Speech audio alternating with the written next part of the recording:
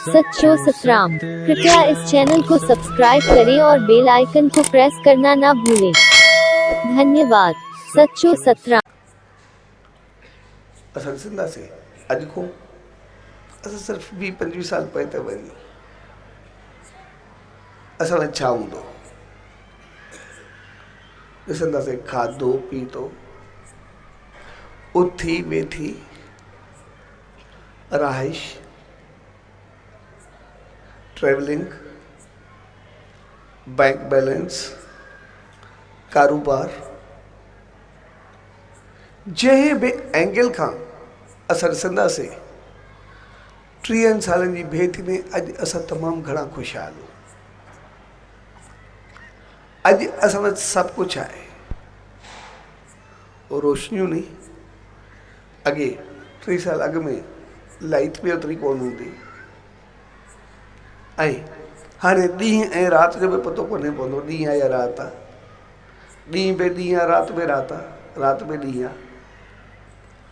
यानी सभु कुझु आहे, उनजे बावजूदि असां जॾहिं पंहिंजे वॾनि खे ॾिसंदा हुआसीं त उन्हनि खे एतिरो घणो कुझु हूंदो बि कोन हो। सिर्फ़ु पंहिंजो खाधो पीतो, हल्की रहाइश, थोरी उथी वेठी में छा हूंदो, हल्को फुल्को कारोबार। पर उन्हनि खां जॾहिं पुछिबो त कीअं हले थो त चवंदा मालिक जी रहमत आहे, सभु कुझु आहे, बसि मालिक सभु कुझु ॾिनो आहे, ज़िंदगी ॾाढी सुठी गुज़रे थी।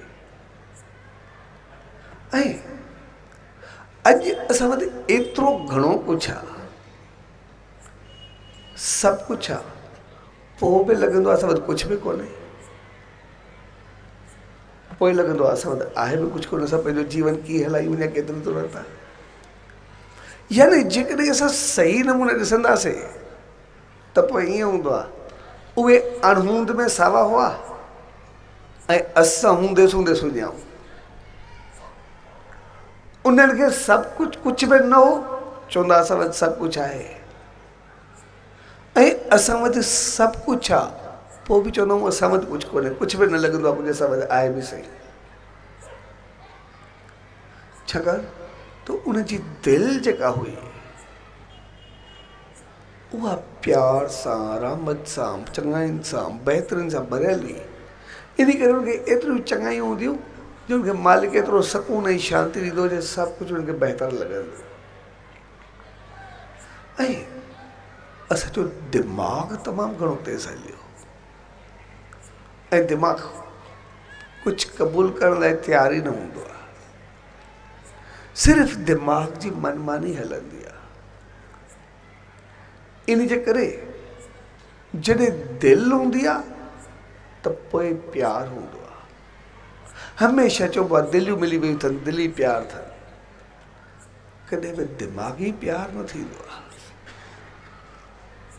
इन जे करे अॻु में जेको रिश्तो, नातो,